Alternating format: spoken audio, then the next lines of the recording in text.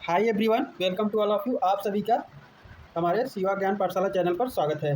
दोस्तों, आप सभी कैसे हैं? उम्मीद करते हैं कि आप सभी अच्छे होंगे और आप अपनी पढ़ाई भी बहुत ही अच्छे ढंग से कर रहे होंगे। दोस्तों, अगर आप बीएससी सेकंड सेमेस्टर के छात्र हैं और बॉटनी के पेपर को लेकर बहुत ज़्यादा टेंशन में हैं, तो दोस्तों रुक जाइए, क्योंकि आज का यह वीडियो आपके लिए लाइफ सेविंग होने वाला है। दोस्तों, आज से हम शुरू कर रहे हैं डे 1। क्या दोस्तों, आज से हम शुरू कर रहे हैं डे 1, जहाँ हम कवर करेंगे बॉटनी के टॉप 50 VIMP MCQ को डिस्कस करेंगे दोस्तों। ठीक है, ये वो सवाल हैं जो पिछले कई सालों से रिपीट हो रहे हैं और इस साल आपके पेपर में डायरेक्ट छपने वाले हैं दोस्तों। और मेरा जो टारगेट है 75 में 75 नंबर आपके पक्के करना। तो दोस्तों, कई यूनिवर्सिटी का एग्ज़ाम MCQ बेस पे होता है। ठीक है, जैसे माँ विंध्यवासिनी यूनिवर्सिटी मिर्ज़ापुर और उससे रिलेटेड जितने भी कॉलेज हैं, उन सभी का एग्ज़ाम जो है 16 मई से स्टार्ट हो रहा है दोस्तों। और यदि आप किसी भी यूनिवर्सिटी से हैं और आपकी इस बार BSc सेकेंड सेमेस्टर है और आपका सब्जेक्ट बॉटनी है, तो ये वीडियो आपके लिए बहुत ही रामबाण साबित होने वाला है दोस्तों।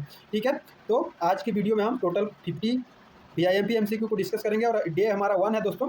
और हाँ, अगर आप लोग 50+ लाइक को टारगेट को कंप्लीट करते हैं तो इसका पार्ट नंबर 2 आएगा। ठीक है, और कमेंट सभी लोग करेंगे, जितने लोग देखेंगे उतने लोग कमेंट करेंगे कि नेक्स्ट पार्ट चाहिए या नहीं चाहिए, आपको समझ में आ रहा है कि नहीं आ रहा है, उसके अकॉर्डिंग नेक्स्ट इसका पार्ट आएगा दोस्तों। और आपको किसी सब्जेक्ट का इंपॉर्टेंट वीडियो चाहिए तो उसको आप कमेंट सेक्शन में बोलेंगे तो उसका भी आपको दिया जाएगा।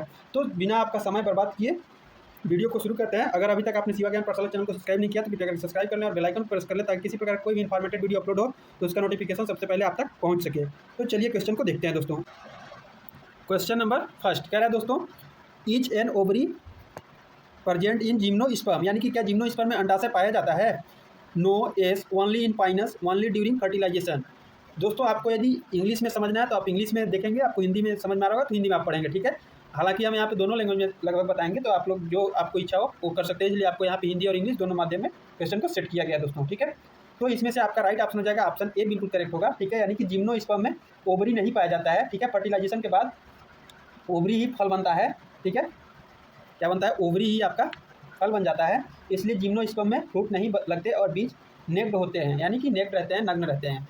क्वेश्चन नंबर सेकेंड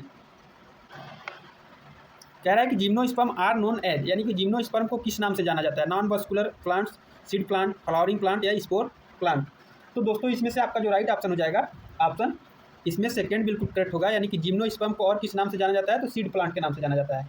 किस नाम से? Seed plant. यानी कि जिम्नोस्पर्म वे प्लांट्स होते हैं जिनमें सीड बनने की प्रोसेस शुरू होता है। इन्हें फेनरोगेम्स विदाउट ओवरी भी कहा जाता है दोस्तों। ठीक है दोस्तों, यहाँ पे कोई भी क्वेश्चन हवाबाजी नहीं रखा गया है, क्वेश्चन हर बार रिपीट होते हैं। तो आप लोग सभी क्वेश्चन को या तो कॉपी कलम लेकर के बैठेंगे तो सभी क्वेश्चन को नोट करते चलेंगे, या वीडियो को 3 से 4 बार देखेंगे तो आपको अच्छे से समझ में आ जाएगा। और अच्छे से ध्यान से थोड़ा सा देखिएगा, ऐसा नहीं कि वीडियो चल रहा है दिमाग कहीं और है तो थोड़ा सा आपको प्रॉब्लम हो सकता है। और जितना क्वेश्चन बताया जा रहा है उतना यदि आप रेडी कर लेते हैं तो आप 75 में 75 नंबर प्राप्त कर सकते हैं। ठीक है, और वीडियो लाइक करना ना भूलें। ठीक है, क्योंकि 50+ का लाइक टारगेट है, तो उसे आप लोग जरूर कंप्लीट करेंगे, तभी नेक्स्ट पार्ट आएगा इसका दोस्तों। ठीक है, चलिए नेक्स्ट क्वेश्चन देखते हैं। क्वेश्चन नंबर 3 कह रहा है कि in gymnosperm the seed are, यानी जिम्नोस्पर्म बीज कैसे होते हैं? Produce in flower, always microscopic, not enclose in fruit या इनक्लोज इन फ्रूट। तो इसका राइट ऑप्शन हो जाएगा ऑप्शन सी। ठीक है, यानी कि नॉट इनक्लोज इन फ्रूट। ठीक है, यानी कि चूंकि इनमें ओवरी नहीं होता है, किसमें? जिम्नोस्पर्म में, इसलिए बीज किसी फ्रूट के अंदर बंद नहीं होते। ये सीधे शंकु की तरह या शंकु की सतह पर विकसित होते हैं। ठीक है दोस्तों, नेक्स्ट क्वेश्चन देखते हैं। क्वेश्चन नंबर 4 कह रहा है कि the term gymnosperm literally means, यानी कि जिम्नोस्पर्म शब्द का शाब्दिक अर्थ क्या है? Covered seed, naked seed, seedless या एक्वेटिक सीड। तो इसका राइट ऑप्शन हो जाएगा ऑप्शन बी, बिल्कुल करेक्ट होगा, नेक्ड सीड। जिम्नोस का अर्थ ही होता है, जिम्नोस इतना जो शब्द है दोस्तों, इसका अर्थ ही होता है नग्न। क्या होता है? नग्न। और स्पर्मा का अर्थ है बीज। इसका शाब्दिक अर्थ ऐसे पौधों जिनके बीज ढके हुए नहीं होते हैं। ठीक है, यानी कि नग्न बीज। ठीक है, तो वही इसमें इसका बी बिल्कुल करेक्ट होगा। नेक्स्ट क्वेश्चन देखिएगा, आपको किसी क्वेश्चन में कोई डाउट होगा तो कमेंट सेक्शन में जरूर पूछिएगा, उसका रिप्लाई आपको जरूर दिया जाएगा दोस्तों। ठीक है, which are considered the most advanced pteridophyte, सबसे उन्नत टेरिडोफाइट किसे माना जाता है? फंस को, हॉर्सटेल्स को, क्लब माउसेस को या विस्क फर्न्स को। तो इसको में राइट ऑप्शन हो जाएगा ऑप्शन ए, बिल्कुल इसमें सही माना जाएगा दोस्तों। ठीक है, क्योंकि फर्न जो है, फर्न को सबसे विकसित टेरिडोफाइट माना जाता है, क्योंकि इनकी पत्तियां जो होती हैं बड़ी होती हैं और इनकी वस्कुलर बंडल अन्य वर्गों की तुलना में जटिल होता है। ठीक है, नेक्स्ट क्वेश्चन, क्वेश्चन नंबर 6 कह रहा है कि psilotum belongs to which class, psilotum किस वर्ग से संबंधित है? लाइकोप्सिडा, सिप्नोप्सिडा, सिलोप्सिडा या ट्रेप्सिडा। ठीक है, तो इसमें से राइट ऑप्शन हो जाएगा ऑप्शन सी, बिल्कुल करेक्ट होगा, सिलोप्सिडा एक जो है लिविंग फॉसिल्स है जैसा है और सबसे पुराना टेरिडोफाइट माना जाता है जो सिलोप्सिडा वर्ग में आता है दोस्तों। ठीक है, नेक्स्ट क्वेश्चन देखते हैं, question number 7। Trees belong to which class? Trees किस वर्ग से संबंधित है? ट्रोप्सिडा से, लाइकोप्सिडा से, सिप्नोप्सिडा से या साइकेडोप्सिडा से? तो इसका राइट ऑप्शन हो जाएगा दोस्तों ऑप्शन ए बिल्कुल करेक्ट होगा, ट्रेपोप्सिडा से। ठीक है, यानी कि ट्रीज एक विशिष्ट फर्न होता है, उसकी जो सभी वास्तविक फर्न ट्रेप्सिडा वर्ग के अंतर्गत वर्गीकृत किए जाते हैं दोस्तों। ठीक है, हम मैक्सिमम चीज़ हिंदी में ही बोल रहे हैं दोस्तों, क्योंकि मैक्सिमम बच्चे जो है हिंदी मीडियम से भी हैं। जो ज़्यादा अगर हिंदी नहीं समझ में आ रहा होगा तो आपके लिए इंग्लिश में भी है, तो आप इंग्लिश ही ध्यान देंगे। एक्विसिटम बिलोंग्स टू विच क्लास? एक्विसिटम किस वर्ग से संबंधित है? लाइकोप्सिडा से, सिनेप्सिडा से, सिलोप्सिडा से या ट्रेप्टोप्सिडा से? तो दोस्तों इसका राइट ऑप्शन हो जाएगा ऑप्शन बी बिल्कुल करेक्ट होगा। ये जितना भी ये क्लास पूछा गया इसे आप बिल्कुल ध्यान से देख लेंगे। ठीक है, जो इक्विसिटम है वो सिनोप्सिडा से संबंधित है, जिसे हॉर्स टेल के नाम से भी जाना जाता है दोस्तों। ये भी आप याद रखेंगे, HORSE हॉर्स टेल के यानी कि घोड़े के पूंछ के नाम से भी जाना जाता है इसे। इसमें जोरदार तना और सिल्का की परत होती है जो सिनोप्सिडा की विशेषता है दोस्तों। क्वेश्चन नंबर 9 कह रहा है कि lycopodium belongs to which class? Lycopodium किस वर्ग से संबंधित है? सिलोप्सिडा से, लाइकोप्सिडा से, ट्रोप्सिडा से या सिनोप्सिडा से? तो इसका राइट ऑप्शन हो जाएगा ऑप्शन इसमें बी बिल्कुल करेक्ट होगा, लाइकोप्सिडा। लाइकोप्सिडा को और किस नाम से जाना जाता है? तो बिल्कुल बहुत इंपॉर्टेंट है, इसे क्लब मॉस के नाम से भी जाना जाता है। तो इसे भी आप लोग ध्यान रखेंगे, क्या पता एग्जामिनर थोड़ा सा घुमा क्वेश्चन कर दे। और यह लाइकोप्सिडा वर्ग का प्रतिनिधि पौधा है। ठीक है, question number 10 correct. Pteridophytes are mostly found in? Pteridophyte अधिकांश कहाँ पाए जाते हैं? ओपन ओशियन में, हॉट डिजर्ट में, मॉइस्ट एंड सैडी प्लेसेस में, हाई एल्टीट्यूड स्नो पिक्स में? तो इसका राइट ऑप्शन हो जाएगा ऑप्शन सी बिल्कुल करेक्ट होगा। जो टेरिडोफाइट्स होते हैं मॉइस्ट एंड सैडी प्लेसेस पे देखने को मिलते हैं। ठीक है, क्योंकि इन्हें फर्टिलाइजेशन के लिए जल की आवश्यकता होती है, वाटर की आवश्यकता होती है, इसलिए ये वहीं उगते हैं जहाँ पे ज़्यादा नमी और क्या हो, सैडी हो यानी कि छाया हो। आप लोग इस चीज़ का ध्यान रखेंगे। Question number 11 why is heterosporic considered important in plant evolution? पौधों के विकास में विषम बीजाणुता को महत्वपूर्ण क्यों माना जाता है? For water absorption, for seed evolution, for better photosynthesis या फॉर मैकेनिकल स्ट्रेंथ? तो दोस्तों इसका राइट ऑप्शन हो जाएगा ऑप्शन बी बिल्कुल करेक्ट होगा, फॉर सीड इवोल्यूशन। ठीक है, यानी कि ये जो है हेट्रोस्पोरी जो है यानी कि दो तरह के बीजाणु बनाना, कि वह महत्वपूर्ण प्रोसेस या कदम है जिसने आगे चलकर बीज बनाने की क्षमता यानी कि सीड हैबिट का एवोल्यूशन किया। ठीक है, यह विकास किया। Question number 12 sporophyll literally means? Sporophyll का शाब्दिक अर्थ क्या है? Flowering leaf, green leaf, spore bearing leaf या स्मॉल लीफ? तो इसका राइट ऑप्शन हो जाएगा ऑप्शन सी बिल्कुल करेक्ट होगा दोस्तों, स्पोर बियरिंग लीफ। ठीक है, यानी कि स्पोरो का अर्थ है बीजाणु और फिल का अर्थ है पत्ती। क्या दोस्तों? पत्ती, ऐसी पत्तियां जिन पर स्पोरेंजिया लगी होती है, इसलिए इसका सी बिल्कुल करेक्ट ऑप्शन हो जाएगा। क्वेश्चन नंबर 13 करा कि sporangia develop on specialised leaves called, यानी कि बीजाणुधानी विशेष प्रकार की पत्तियों पर विकसित होता है, जिन्हें क्या कहते हैं? ब्रैक्ट्स कहते हैं, स्पोरोफिल्स कहते हैं, मेगाफिल्स कहते हैं, माइक्रोफिल्स कहते हैं। दोस्तों आप लोग यदि पढ़े होंगे अपने क्लास के दौरान या कहीं से भी पढ़े होंगे, क्योंकि क्लास तो चला ही होगा, कुछ जिनका नहीं चला होगा वो कहीं ना कहीं से पढ़े ही होंगे। ठीक है, और नहीं पढ़े होंगे तो घबराने की बिल्कुल ही बात नहीं है, जितना हम बता रहे हैं उतना यदि आप करते हैं तो जो पढ़े होंगे वो तो करेंगे ही, लेकिन आप भी अपना 75 में 75 मार्क प्राप्त कर सकते हैं। ठीक है, तो आप लोग वीडियो देखने का तरीका समझ लीजिए, वीडियो स्टार्ट करिएगा और वीडियो क्वेश्चन जैसे ही दिखेगा इसके बाद पॉज करके इसके बाद दिमाग लगाइएगा कौन आंसर सही हो सकता है। ठीक है, इसके बाद आप सोच लेंगे, इसके बाद फिर वीडियो ऑन करेंगे तो मिलाइएगा कि आपका जो आंसर है और हम जो बता रहे हैं आंसर कितना मिल रहा है, यानी कि अपने आप को आंक सकते हैं कि आप कितने पानी में हैं। ठीक है, तो आप इस प्रकार से देखिएगा ताकि आपका प्रिपरेशन बहुत ही अच्छे ढंग से हो सके। तो दोस्तों इसका जो राइट ऑप्शन हो जाएगा ऑप्शन बी बिल्कुल करेक्ट होगा, स्पोरोफिल्स। ये विशेष पत्तियां हैं जो प्रजनन के लिए उत्तरदायी होती हैं और बीजाणुओं का निर्माण करती हैं दोस्तों। नेक्स्ट क्वेश्चन, क्वेश्चन नंबर 14 कह रहा है दोस्तों spore germination in pteridophytes directly produce the, यानी कि टेरिडोफाइट में बीजाणु अंकुरण से सीधे क्या बनता है? कैप्सूल बनता है, सीड बनता है, प्रोथैलस बनता है, स्पोरोफाइट बनता है? तो इससे डायरेक्ट आपका जो है क्या बनता है दोस्तों? इससे बनता है प्रोथैलस। क्या बनता है? प्रोथैलस। दोस्तों यहाँ पे डिटेल में नहीं पढ़ाया जा सकता है क्योंकि आपका एग्जाम बहुत नज़दीक है। ठीक है, इसलिए आप लोग एग्जाम यदि एग्जाम से पहले आपने जितना क्लास किया होगा वो आपके लिए बेनिफिट है, लेकिन अब जो है क्वेश्चन को थोड़ा सा फास्ट कराया जाएगा क्योंकि एग्जाम की दृष्टि से यहाँ पे बताया जा रहा है, इंपॉर्टेंट कराया जा रहा है। ठीक है, क्योंकि थ्योरी का क्लास यहाँ नहीं है, अगर उतना पढ़ाया जाने लगा तो थोड़ा सा वीडियो बहुत लंबा हो जाएगा। चलिए नेक्स्ट क्वेश्चन देखते हैं, question number 15 the nutrition of the pteridophytes gametophyte is typically? Pteridophyte gametophyte का पोषण सामान्यतः कैसा होता है? सिम्बायोटिक, इंडिपेंडेंट यानी कि ऑटोट्रॉफिक, पैरासिटिक या सेप्रोफिटिक? तो इसका राइट ऑप्शन हो जाएगा ऑप्शन बी बिल्कुल करेक्ट होगा। ठीक है, यानी कि इंडिपेंडेंट ऑटोट्रॉफी। टेरिडोफाइट का गैमेटोफाइट जो होता है हरा होता है और फोटोसिंथेसिस के द्वारा अपना भोजन स्वयं बनाता है, यह स्पोरोफाइट पर निर्भर करता है। नेक्स्ट क्वेश्चन, क्वेश्चन नंबर 16 कह रहा है कि which were the first terrestrial plant to develop vascular tissue, संवहनी ऊतक विकसित करने वाले प्रथम स्थलीय पौधे कौन थे? ब्रायोफाइट्स थे, टेरिडोफाइट्स थे, थैलोफाइट्स थे या एंजियोस्पर्म थे? तो दोस्तों इसका जो राइट ऑप्शन आपका हो जाएगा ऑप्शन बी बिल्कुल कट हो जाएगा, टेरिडोफाइट्स। यानी कि आप लोग जानते होंगे क्या वस्कुलर टिश्यू के मतलब जाइलोम एंड फ्लोएम, ठीक है। तो जो वस्कुलर बंडल था या वस्कुलर टिश्यू सबसे पहले टेरिडोफाइट में ही विकसित हुए थे, यानी कि सबसे पहले किसमें देखने को मिले थे? टेरिडोफाइट्स में ही। ब्रायोफाइट में इनका क्या होता है? अभाव होता है, यानी कि ब्रायोफाइट में एब्सेंट होता है वस्कुलर टिश्यू, ठीक है, यानी कि जाइलम फ्लोएम उसमें एब्सेंट होते हैं, आप लोग पढ़े ही होंगे। Question number 17 fern sori are typically located on the, fern के सोरी सामान्यतः कहाँ स्थित होते हैं? पेटियोल पे, upper side of the leaf, lower side of the leaf या लीफ मार्जिन पर? तो दोस्तों इसमें राइट ऑप्शन हो जाएगा option C, lower side of the leaf, ठीक है।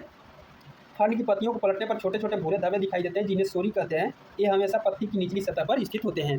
Question number 18 in pteridophytes fertilisation occurs in the presence of, यानी कि टेरिडोफाइट में निषेचन किसकी उपस्थिति में होता है? सॉइल की उपस्थिति में, वाटर की उपस्थिति में, वाइंड की उपस्थिति में या हाई टेम्परेचर की उपस्थिति में? तो इसका जो राइट ऑप्शन हो जाएगा ऑप्शन बी, पहले भी बता चुका, ठीक ना। टेरिडोफाइट जो है उसके लिए वाटर की आवश्यकता होती है फर्टिलाइजेशन के लिए, समझ में आ रहा है? क्योंकि जो नर युग्मक होता है जिसे एंथ्रोजॉइड्स के नाम से जाना जाता है, वे तैरकर मादा अंग तक पहुंचने के लिए पानी के माध्यम अनिवार्य है, इसलिए इन्हें प्लांट एम्फीबियंस के करीब माना जाता है, यानी कि इन्हें प्लांट एम्फीबियन के रूप में भी जाना जाता है। क्वेश्चन नंबर 19 कह रहा है कि the male gamete is pteridophyte is generally, pteridophyte में नर युग्मक सामान्यतः कैसा होता है? Large and stationary, absent, motile, non motile. तो इसमें से मोटाइल होता है, ठीक है, क्योंकि उसको चल करके जाना होता है मादा जनन अंग के पास, ठीक है, यानी कि इनके नर युग्मक जिसे फ्लैजिला के नाम से जाना जाता है उसी की मदद से जल में तैरते हैं, इसलिए इसे मोटाइल वही कहा जाता है। क्वेश्चन नंबर 20 कह रहा है which vascular tissue are present in pteridophytes, pteridophytes में कौन से संबंधी ऊतक पाए जाते हैं? Xylem and phloem, only xylem, neither xylem nor phloem? तो इसमें से राइट ऑप्शन हो जाएगा ऑप्शन फर्स्ट बिल्कुल करेक्ट होगा, जाइलम एंड फ्लोएम, यानी कि ये वस्कुलर प्लांट्स होते हैं जिनमें जल और खनिज के लिए जाइलम और फूड के लिए फ्लोएम, यानी कि आप लोगों को पता होगा जल जो है जाइलम के द्वारा और फूड और न्यूट्रिएंट्स जो होता है फ्लोएम के द्वारा जाता है, ठीक है। क्वेश्चन नंबर 21 कह रहा है कि pteridophytes are mostly categorised as, pteridophyte को अधिकांश किस रूप में वर्गीकृत किया जाता है? Marine plants, epiphytes, moist loving plants या डिजर्ट प्लांट? तो इसमें से राइट ऑप्शन हो जाएगा ऑप्शन सी बिल्कुल करेक्ट होगा, मॉइस्ट लविंग प्लांट के नाम से इसे जाना जाता है, ठीक है। अपनी जीविका प्रक्रिया और निषेचन यानी फर्टिलाइजेशन की जरूरतों के कारण ये ह्यूमिडिटी को ज़्यादा पसंद करते हैं। क्वेश्चन नंबर 22 कह रहा है कि pteridophytes primarily produce by, pteridophytes मुख्य रूप से किसके द्वारा प्रेजेंट करते हैं? फ्रूट्स के द्वारा, स्पोर्स के द्वारा, सीड्स के द्वारा या रनर्स के द्वारा? तो इसका राइट ऑप्शन हो जाएगा ऑप्शन बी, टेरिडोफाइट्स में सीड नहीं बनते, इनका मुख्य जो रिप्रोडक्शन होता है वो स्पोर्स के माध्यम से ही होता है, आप लोग समझ रहे होंगे।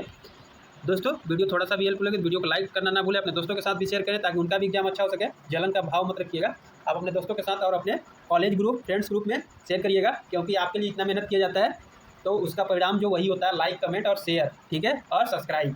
तो इतना आप लोग जरूर करिएगा, ठीक है, तभी हमारा मनोबल थोड़ा सा ठीक ठाक बना रहेगा और आपको वीडियो प्रोवाइड कराता रहूँगा, ठीक है। कह रहा है कि alternation of generation involves the cycle between, पीढ़ियों के परिवर्तन के बीच चक्र होता है, रूट एंड शूट के बीच, फ्लावर एंड रूट के बीच या स्पोरोफाइट एंड गैमेटोफाइट के बीच, सीड एंड फ्रूट के बीच? तो इसमें से राइट ऑप्शन हो जाएगा option C, sporophyte and gametophyte के बीच। इनके लाइफ साइकिल में दो अलग अलग फेजेज आती हैं, एक जो बीजाणु बनाती है टूयन और दूसरी जो युग्मक बनाती है यन, इसे ही पीढ़ियों का एकांतरण कहते हैं या क्या कहते हैं, अल्टरनेशन ऑफ जनरेशन इसी को कहते हैं। Question number 24 the sporophyte generation is always, sporophyte पीढ़ी सदैव कैसी होती है? डाइकैरियोटिक, डिप्लॉइड, हैप्लॉइड या एनिप्लॉइड? तो ये हमेशा डिप्लॉइड होती है, ठीक है। स्पोरोफाइट जो होती है, स्पोरोफाइट जो फेज होती है क्रोमोजोम के 2 सेट यानी कि 2n के साथ शुरू होती है और जाइगोट बनाती है, ठीक है दोस्तों। तो आप लोग उम्मीद करते हैं कि आप लोग अच्छे से समझ रहे होंगे। नेक्स्ट क्वेश्चन, क्वेश्चन नंबर 25 कह रहा है कि the gametophyte generation is always, gametophyte पीढ़ी सदैव कैसी होती है? पॉलीप्लॉइड, ट्राइप्लॉइड, हैप्लॉइड या डिप्लॉइड? तो इसका राइट ऑप्शन हो जाएगा ऑप्शन सी, हैप्लॉइड होती है, यानी गैमेटोफाइट फिर जो होती है मियोसिस के बाद बने बीजाणु शुरू होती है, इसलिए हमेशा हैप्लॉइड होती है। क्वेश्चन नंबर 26 कह रहा है कि on which structure do sporangia usually occur in ferns, यानी कि फर्न में बीजाणुधानी सामान्यतः किस संरचना पर पाई जाती है? स्टेम, अपेक्स, लिप्स या फ्लावर्स या रूट्स? तो इसमें से राइट ऑप्शन हो जाएगा ऑप्शन इसमें से कौन सही हो जाएगा दोस्तों? ऑप्शन बी बिल्कुल करेक्ट होगा, लिप्स। यानी कि फर्न में स्पोरेंजिया विशेष रूप से स्पोरोफिल्स पर ही उत्पन्न होती हैं या लिप्स में उत्पन्न होती हैं। Question number 27, correct, what are fern leaves commonly called? Fern की पत्तियों को सामान्यतः क्या कहा जाता है? स्केल्स, ब्लेड्स, फ्रॉन्ट्स या निडल्स? तो इसे फ्रॉन्ट्स के नाम से जाना जाता है। फर्न की बड़ी, संयुक्त और हरी पत्तियों को वानस्पतिक विज्ञान में इसे फ्रॉन्ट्स कहा जाता है। जो फर्न की बड़ी बड़ी पत्तियां होती हैं और कलेक्टेड होती हैं, संयुक्त रूप से होती है, हरी पत्ती होती है, उसी को फ्रॉन्ट्स के नाम से जाना जाता है दोस्तों। Question number 28, the leaves of lycopodium are classified as? Lycopodium की पत्तियां किस प्रकार की होती हैं? कैटाफिल्स, स्पोरोफिल्स, माइक्रोफिल्स या मेगाफिल्स? तो इसमें से राइट ऑप्शन हो जाएगा ऑप्शन सी बिल्कुल करेक्ट माना जाएगा, क्योंकि लाइकोपोडियम की पत्तियां छोटी और सरल होती हैं, जिनमें केवल एक मध्य सिरा होता है। इन्हें ही माइक्रोफिल्स के नाम से जाना जाता है दोस्तों। क्वेश्चन नंबर 29, कह रहा है कि pteridophyte are classified under which broad group of plants? Pteridophytes को पौधों के किस व्यापक समूह में वर्गीकृत किया जाता है? जिम्नोस्पर्म, एंजियोस्पर्म, क्रिप्टोगैम्स या फेनेरोगैम्स? तो इसका राइट ऑप्शन हो जाएगा ऑप्शन सी बिल्कुल करेक्ट होगा, क्रिप्टोगैम। वे प्लांट्स जिनमें सीड नहीं बनते और उनका जो जेनिटल ऑर्गन होता है छिपे हुए होते हैं, यानी कि जन्नांग जो होते हैं छिपे हुए होते हैं, उन्हें क्रिप्टोगैम्स कहते हैं। टेरिडोफाइट्स जो है वस्कुलर क्रिप्टोगैम्स है। ठीक है, नेक्स्ट क्वेश्चन नंबर 30, कह रहा है कि the seed habit is thought to have begun in which genus? बीज आदत की शुरुआत किस वंश में मानी जाती है? लाइकोपोडियम में, ऑडियंटम में, सिलेजिनेला में, इक्विसिटम में? तो इसका राइट ऑप्शन हो जाएगा ऑप्शन सी, सिलेजिनेला। सिलेजिनेला जो है दोस्तों, इसमें दो प्रकार के बीजाणु बनते हैं और फीमेल गैमेटोफाइट स्पोरोफाइट पर ही रुका रहता है, जिससे सीड बनने की शुरुआत यहीं से माना जाता है। क्वेश्चन नंबर 31 कह रहा है दोस्तों, a vascular arrangement which multiple rings of steles is called? अनेक स्टील वलयों वाली संवहन व्यवस्था को क्या कहा जाता है? Meristele, polycyclic stele, monocyclic stele या सिफोनो स्टील? तो इसे कहा जाता है पॉलीसाइक्लिक स्टील। जब एक स्टेम में संवहनी ऊतक यानी कि स्टील के कई वलय यानी रिंग एक के अंदर होते हैं, तो उसे पॉलीसाइक्लिक कहा जाता है। पॉली मतलब कई, आप लोग जानते होंगे। ठीक है, question number 32, a net like stele structure is known as a? जालीनुमा स्टील संरचना को क्या कहा जाता है? Haplostele, actinostele, dictyostele या फ्लिक्टो स्टील? तो इसमें से आपका जो राइट ऑप्शन हो जाएगा दोस्तों, ऑप्शन इसमें सी बिल्कुल ऑप्शन हो जाएगा, डिक्टियो स्टील। जब स्टील कई टुकड़ों में टूट जाता है और जाली जैसा दिखता है, तो उसे डिक्टियो स्टील कहा जाता है और यह कई उन्नत फर्न में पाया जाता है। ठीक है, इसका वैरायटी जो होता है फर्न में पाया जाता है। दोस्तों यह आपका चैप्टर है टेरिडोफाइट्स और जिम्नोस्पर्म यूनिट से लिया गया है, तो आप लोग अपना सिलेबस देख लेंगे। ठीक है, क्योंकि यहाँ पे क्वेश्चन थोड़ा सा रैंडमली कराया जा रहा है। ठीक है, और इंपॉर्टेंट क्वेश्चन कराया जा रहा है। कोई भी क्वेश्चन यहाँ पे ऐसे ही उठा करके नहीं लाया गया है, हर बार किसी न किसी भी एग्जाम में पूछा हुआ क्वेश्चन है, तो आप लोग कोई भी क्वेश्चन को मिस नहीं करेंगे, एकदम नोट करते चलेंगे। ठीक है, चलिए आगे देखते हैं। Question number 33, correct, a stele that contains a central pith is called a? केंद्रीय मज्जा वाली स्टील को क्या कहा जाता है? Eustele, solenostele, siphonostele या प्रोटो स्टील? तो इसे कहा जाता है दोस्तों, इसको कहा जाता है सिफोनो स्टील। ऐसी स्टील जिसके केंद्र में ठोस जाइलम के बजाय पीथ प्रेजेंट, पीथ या खाली जगह होती है, उसको क्या बोलते हैं? सिफोनो स्टील बोलते हैं। ठीक है, question number 34, which is considered the most primitive types of steel? सबसे आदिम प्रकार की स्टील कौन सी मानी जाती है? डिक्टियो स्टील, एटेक्टो स्टील, प्रोटो स्टील या सिफोनो स्टील? तो इसमें राइट ऑप्शन सी बिल्कुल माना जाएगा, प्रोटो स्टील। यह सबसे सरल और प्रारंभिक प्रकार की स्टील है, जिसके केंद्र में ठोस जाइलम होता है और जो पीथ होता है वो एब्सेंट होता है। Question number 35, in botanical terms what does the word stele refers to? वनस्पतिक विज्ञान में स्टील शब्द किसे दर्शाता है? The root hair zone, the vascular cylinder, the epidermal layer या द लीफ मार्जिन? तो दोस्तों इसका राइट ऑप्शन हो जाएगा ऑप्शन बी बिल्कुल करेक्ट ऑप्शन हो जाएगा, द वस्कुलर सिलेंडर। यानी कि स्टील, यानी कि जिसे रंभ हिंदी में कहा जाता है, ये स्टेम के केंद्रीय भाग को कहते हैं, यानी कि तने के केंद्र के भाग को बोलते हैं, जिसमें जाइलम, फ्लोयम, पेरीसाइकल और पीथ सब इंक्लूड होते हैं दोस्तों। ठीक है, question number 36, which of the following is an example of A typical fern? निम्न में से कौन एक सामान्य फर्न का उदाहरण है? Cycas, Pteris, Riccia, Sargassum? तो इसमें से राइट ऑप्शन बी बिल्कुल करेक्ट हो जाएगा, टेरिस एक सामान्य फर्न का एग्जाम्पल है। अन्य विकल्पों में साइकस एक जिम्नोस्पर्म है और रिक्सिया एक ब्रायोफाइट्स है दोस्तों। Question number 37, which plant is commonly known as club moss? ठीक है, किस पौधे को सामान्यतः क्लब मास कहा जाता है? Polytrichum, azolla, lycopodium, Marsilea? तो दोस्तों इसमें से राइट ऑप्शन हो जाएगा ऑप्शन सी, लाइकोपोडियम। इसकी क्लब जैसी शेप होती है और मास जैसे दिखने के कारण इन्हें क्लब मास यानी कि दोनों नाम दिया जाता है। ठीक है, लेकिन दोनों का ये कैरेक्टर शो कराता है, इसलिए इसको क्लब मास बोला जाता है। Question number 38, which of the following is a classic example of A heterosporous pteridophytes? निम्न में से कौन विषम विषाणु टेरिडोफाइट का उदाहरण है? ब्रायोफिटरीज, फिटरीज, सिलेजिनेला, इक्विसिटम। तो दोस्तों इसका राइट ऑप्शन हो जाएगा ऑप्शन सी, सिलेजिनेला। यह जो है हेट्रोस्पोरी का सबसे प्रसिद्ध या विशिष्ट उदाहरण है। Question number 39, correct the condition of producing two different types of spore is known as. दो प्रकार के बीजाणु उत्पन्न करने की अवस्था को क्या कहते हैं? Isogamy, apospory, heterospory, homospory. तो दोस्तों इसका जो राइट ऑप्शन हो जाएगा ऑप्शन सी, हेट्रोस्पोरी। हेट्रो का अर्थ है डिफरेंट यानी अलग अलग, और स्पोरी का अर्थ है बीजाणु। दो प्रकार के बीजाणु, लघु और गुरु, यानी कि माइक्रो और माइक्रो, माइक्रो और मेगा होगा, हो सकता है। ठीक है, तो आप लोग देख लीजिएगा। Question number 40, correct large spore produce by some pteridophytes are called. कुछ टेरिडोफाइट द्वारा उत्पन्न बड़े बीजाणुओं को कहा जाता है, क्या कहा जाता है? माइटोस्पोर, मेगास्पोर, स्टेटोस्पोर या माइक्रोस्पोर। इसको कहा जाता है मेगास्पोर। क्या कहा जाता है दोस्तों? मेगास्पोर। बड़े आकार के बीजाणु को मेगा बीजाणु कहा जाता है। इनमें जो फीमेल गैमेटोफाइट होता है वो विकसित होता है। ठीक है। Question number 41, small spores produce by some pteridophytes are called. कुछ टेरिडोफाइट्स द्वारा उत्पन्न छोटे बीजाणुओं को क्या कहा जाता है? Isospores, endospore, microspore, megaspore. तो इसमें से राइट ऑप्शन हो जाएगा ऑप्शन सी, बिल्कुल कट होगा, माइक्रोस्पोर। छोटे आकार के बीजाणु को माइक्रो बीजाणु कहा जाता है। इनमें नर गैमेटोफाइट यानी कि मेल गैमेटोफाइट विकसित होता है।